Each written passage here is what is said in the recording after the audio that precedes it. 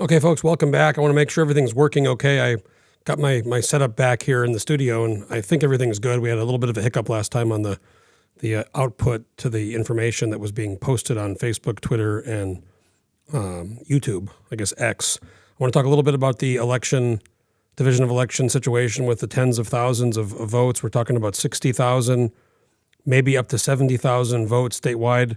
Many absentees, around 35,000 so far, based on the absentee file that have been not counted, that have been accepted.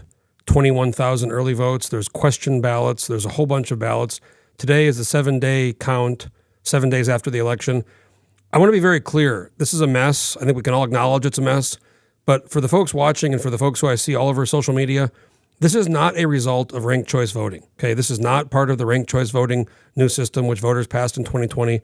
This goes back decades. And in Alaska, we have early voting and absentee voting.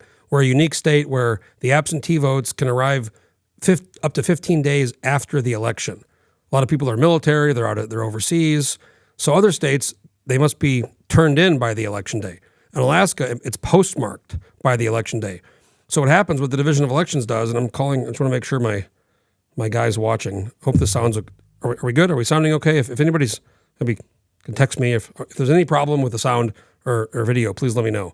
But this is not a result of ranked choice voting. There's this waiting to count the votes. What's happening is because of the absentee votes and the early votes, the Division of Elections does not count the votes on the Friday, Saturday, Sunday, and Monday before the election.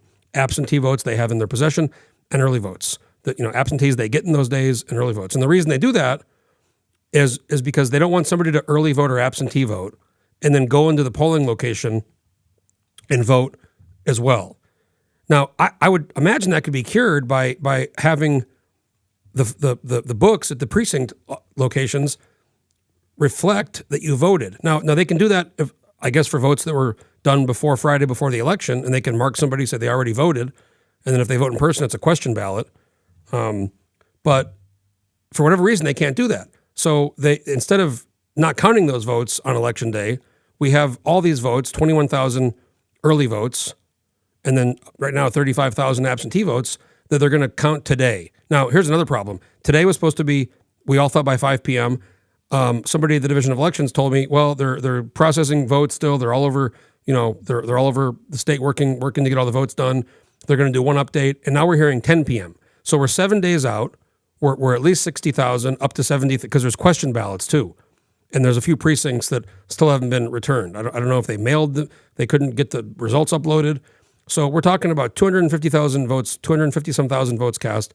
If we're at 70,000, I mean, we're talking about 25% of the votes. And now a lot of these races, the Ted Eichscheid, Stanley Wright, close. Eichscheid's up by 100 and some votes. David Nelson, Cliff Groh, very close. Cliff Groh's up by like 30-something votes. Leslie Idukovich, Scott Kawasaki. Scott's up by 70-some votes. Ballot measure 2, it's yes by 4,000 votes, or like 1%. There's other races too that are not as close, but could flip based on the absentee and early votes. So it is extremely frustrating. This is not a result of ranked choice voting. This goes back a long time. This has been talked about before. This is not a secret. And I'm just really surprised and almost shocked that the legislature over the years hasn't. There's been elections bills. Scott Kawasaki had an elections bill. Mike Shower had an elections bill. The kind of coalition people had an election. So that Sarah Vance had an election bill, and they couldn't really agree. But even in all the hearings that happened in the State Affairs Committee and the Finance Committee, it's like I've yet to see somebody come and explain this and really take accountability and be accountable for us not. I mean, we're up there with California and not counting all of our votes. Florida counted 10 million votes in a day. We have 730,000 people in this state. The other thing I'm frustrated with, more so than not having the results, is the utter lack of communication from the Division of Elections. Carol Beach is a director. I've never seen her talk. I've never seen her. I guess she was on the Amy Naboski show a couple days ago and couldn't even say it was going on. There's no communications person anymore. They used to have a communications person.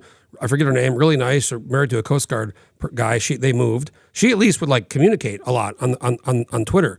Even if it wasn't what you wanted to hear, it was like there was some communication.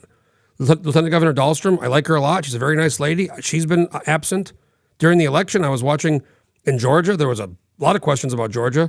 Brad Raffensperger, the Secretary of State, was on TV seemed like hourly giving updates. So this needs to get fixed. We need to change the system so the votes that come in before, maybe you cut off early voting on Saturday. Also, you expand early voting because we saw for 2 weeks, we saw lines 1, 2, and 3 hours. Obviously, there was a huge demand. They had 2 years to prepare for this. Trump was telling people to early vote. The Republicans were telling people to early vote. There's no excuse why people should wait 2 and 3 hours. They should have had more locations and more workers. They should have been ready for this. So if we had expanded and more early voting where there wasn't, 2 and 3 hour waits to vote, we could have had 20 or 30 or who knows how many more tens of thousands of early votes that would already be counted.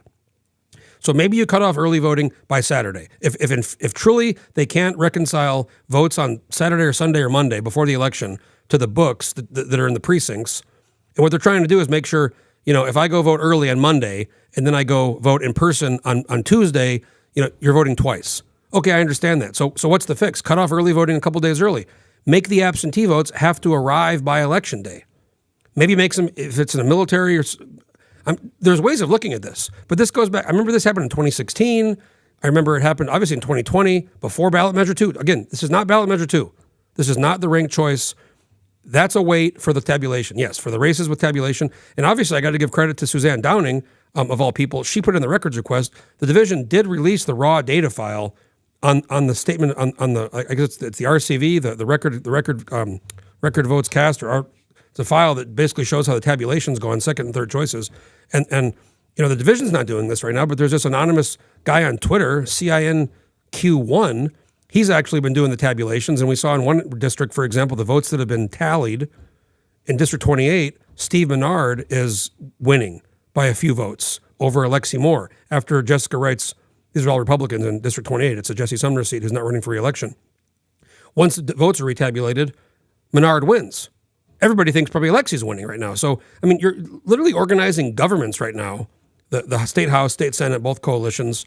And in the State House, for example, if Stanley Wright wins and David Nelson wins, 2 Republicans, I think Stanley's probably not going to, I think he's done. Nelson could win. But if they both win, the government that has currently been set up in the House will collapse because they don't have enough. They only have 20 people. They need 21 unless they get some Republicans. So, I just am very frustrated at this mess. It's been a week. There's 60 to 70,000. We don't even know how many votes are outstanding. I had to go through the statement of votes cast record for each district and count how many absentee votes had been counted. I added all those up. I got to 31,000. There was, by this point, there's 86,000 requested, 31,000 counted. I think it's like 60, whatever the number is, 5,000 accepted or returned. So it's like we're at 35,000 absentees not counted, 21,000 early votes not counted. A few, it's actually a little higher than that. And then there's question ballots and races. So it's frustrating to deal with this for wait a week. It's really frustrating to not have any communication from the Division of Elections, from the director, Carol Beecher, or Nancy Dawson, Lieutenant Governor. So it's 4 o'clock, 4:30. I'm hearing we're going to get a results. One update. It's one update today. It's hopefully going to be the bulk of these ballots that are outstanding, these 60 or 70,000. I don't know how many it's going to be. I hope most of them. I'm hearing 10 p.m. I was told it's going to be a late night. So we're going to be waiting around. We're going to have to go through them. If you're some of these campaigns, and if you're the House majority, if you're Bryce Edgman, if you're Louis Stutes and Chuck Kopp, you're looking at we hope we can, keep our seats and maybe pick up a seat. I'm getting a text right now. I want to make sure that I'm okay. Looks and sounds fantastic. Thank you for the person who checked. I got to give Cale Green. He came here a couple days ago. My buddy Cale, he got me set up. I'm not taking this. What I was doing before is I was taking this whole setup to Juno, kind of using it in Juno. It's a big mess of things to unplug and cords and mixers and all these little pieces of equipment and cameras. I'm just going to leave all this here. I'm going to Juno in January. I'm going to leave all this stuff here. I'm going to create another little mini setup for Juno for podcasting. And I'm not going to take this thing apart ever again, because what happens is I take it to Juno and then I bring it back here and then I don't set it up for a month or two because I don't know how to set all this stuff up. It's a lot of cords and it's a lot of electronics. So I want to thank Cale. I'm leaving this thing here. When I come back from Juno, sometimes on the weekends, I'll be able to do live streams. But get back to the division. We have the ballot measure 2, very close, within 1%.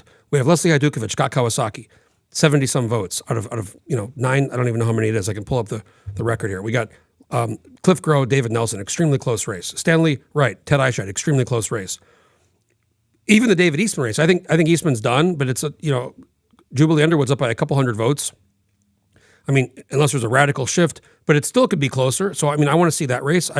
We want to see the results. The state legislature, the House and the Senate, I pray will run an elections bill next year and talk about how we count votes and how we vote in Alaska. Because I'm all for early voting. I mean, open it up, expand it, make the hours longer, get more work. They spend millions of dollars on educating people about ranked choice voting, which, by the way, I voted to keep. I don't care about the ranked choice voting. I'm neither here nor there, but I love the open primary. And it's ironic that all the Republicans who hate ranked choice voting and who screamed about it, they all hate David Eastman.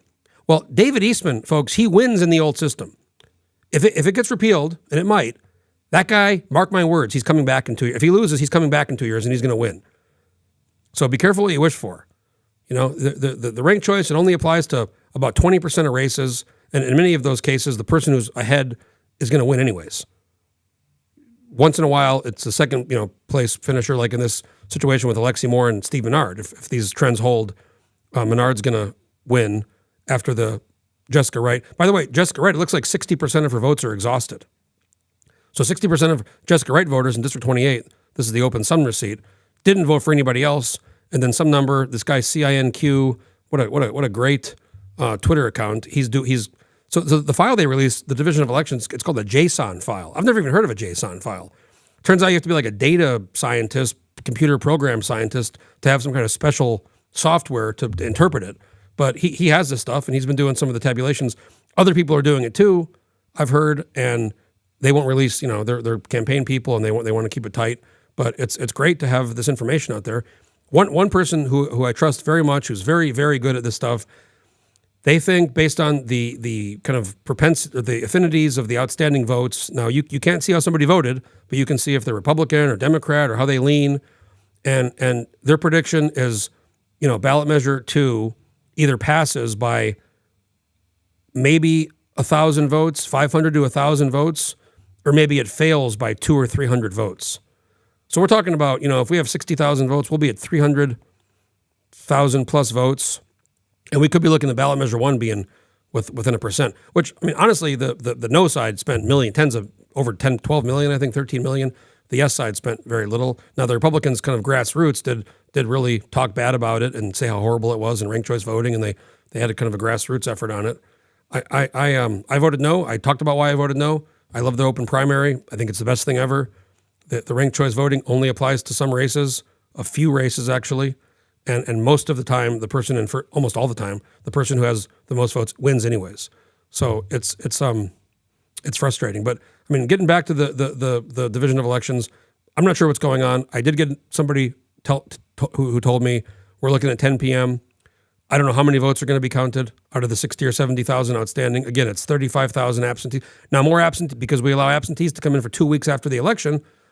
More absentees could come in. I think there was 86,000 requested, something like 66,000 returned.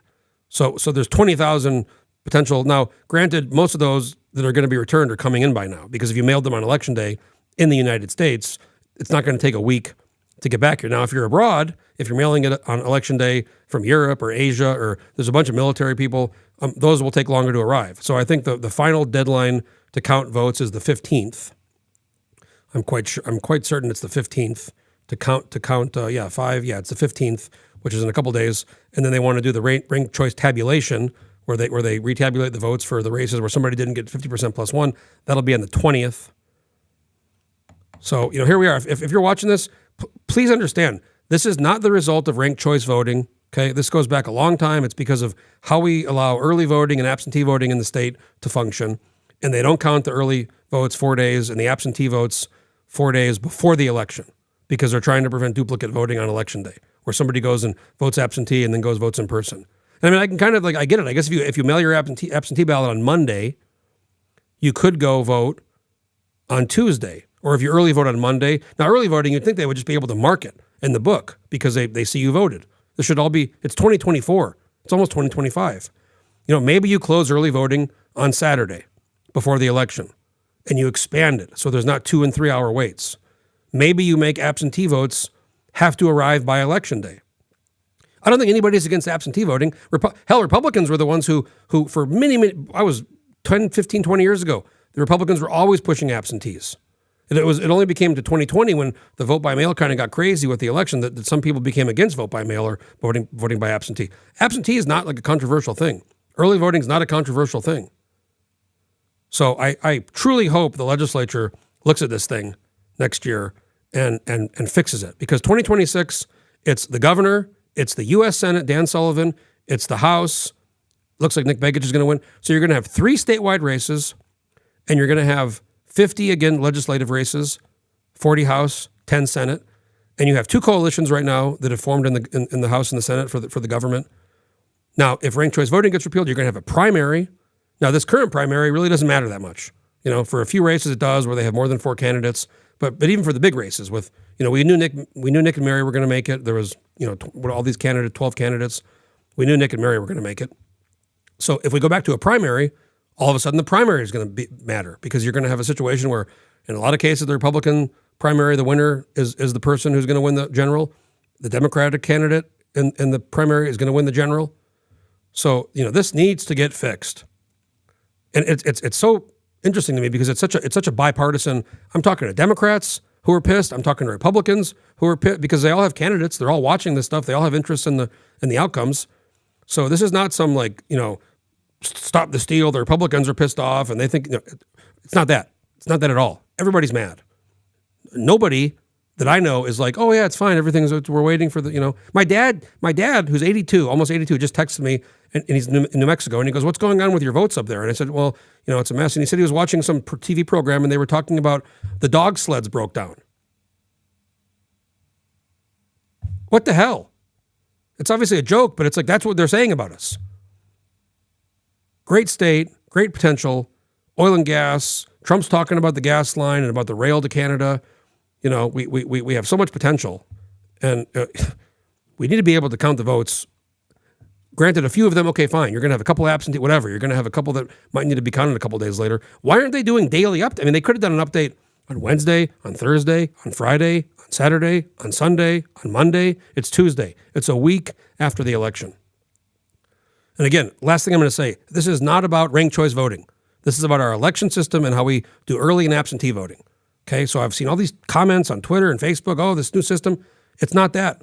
Okay, if it gets repealed and you're happy, fine. But it's not going to fix our problem with counting votes unless the system is changed, unless the Division of Elections decides, to change how they count, if the legislature doesn't fix things or put in better systems to allow the votes to be counted quicker. It's extremely frustrating. I think every state, almost every state, I think California, we're up there with California as far as having all these outstanding votes to count. Florida, like I said, 10 million votes counted in, I think they were all counted. Because in Florida and Georgia, the absentee votes must arrive by election day, which I don't see a problem with. I don't know if there's some, horrible reason why that's a bad idea. Let me know. I guess for the overseas voters, but they can request their ballots like months before. I think 6 weeks or something before the election. So there should be no excuse why we have 60 or 70,000 ballots uncounted, maybe more because there's question ballots. I'm not sure about how many of those that there are. It's extremely frustrating. So again, folks, I'm thinking 10 p.m. I'm hearing tonight, one update. I'll do a post. I might go live. I might try to go through some of these. Most of the races, thank God, we know the results of. There are a handful we don't because it's so close. There's ballot measure 2, extremely close. And just, again, next year, talk to your legislators, talk to the lieutenant governor, because in 2 years, there's a U.S. Senate race, Dan Sullivan, a U.S. House race, Nick Begich, probably, very likely Nick Begich, whoever it is, and then a governor's race, an open seat. This is unacceptable. People need to be held accountable. This happens every time. It's not because of ranked choice voting, and it needs to change. And people need to be held accountable, and people need to be put in charge who can do this. It should not be that hard. Thanks for watching, folks. If you're watching these live, I'm going to be doing more of these live streams. I'm going back to Juneau in January. If you like the landmine, if you like what I'm doing, it's me. We got Scott. We got Paxson. We got a team. We did our Election Central. We're doing stuff. This stuff isn't free. It costs money. I'm going to Juneau. If you like what we're doing, please consider making a one-time or recurring donation. You can go on the Landmine website and click subscribe, and some people do $10 a month or 50, whatever it is, one-time thing. We sell ads. If you have a business, if you have an organization, if you have an event, or if you have a campaign, anything going on, get a hold of me. We sell ads. We got great analytics. We have great viewership. We're doing good numbers on the Landmine. We're going to be doing a lot of coverage on this during the session here with two new majorities in the legislature. Governor Dunleavy, who potentially could go to D.C., that's kind of up in the air. His name has really not been thrown. It's a little bit been thrown around in the media, but it's Rubio they're talking about, and Kristi Noem.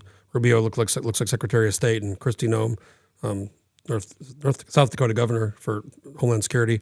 We'll be watching that. So again, folks, 10 p.m. I'm guessing that's what I'm hearing for the update. I want to thank you for watching. If you like the Landmine, if you enjoy what we do, please consider making a one-time or recurring monthly donation at alaskalandmine.com/subscribe or go to the website. I'm going to come back and do one of these things later.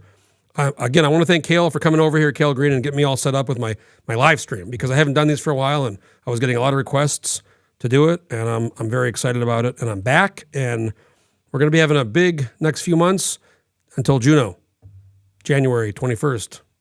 The legislature starts, and it's going to be very loose. And folks, if you're watching this and you're going to be at the Resource Development Council show tomorrow or Thursday, I'll be moderating a panel Thursday morning at 11:45 with Matt Chuckrow, John Henry Heckendorn, and Rick Whitbeck.